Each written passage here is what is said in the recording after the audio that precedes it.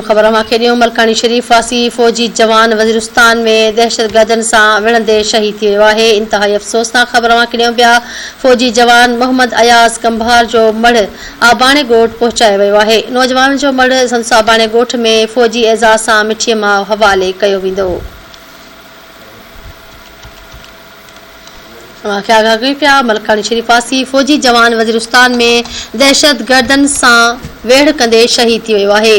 मूंखे आगाह कयूं पिया। फ़ौजी जवान मोहम्मद अयाज़ कुंभार जो मढ़ आबाणे ॻोठ पहुचायो वियो आहे।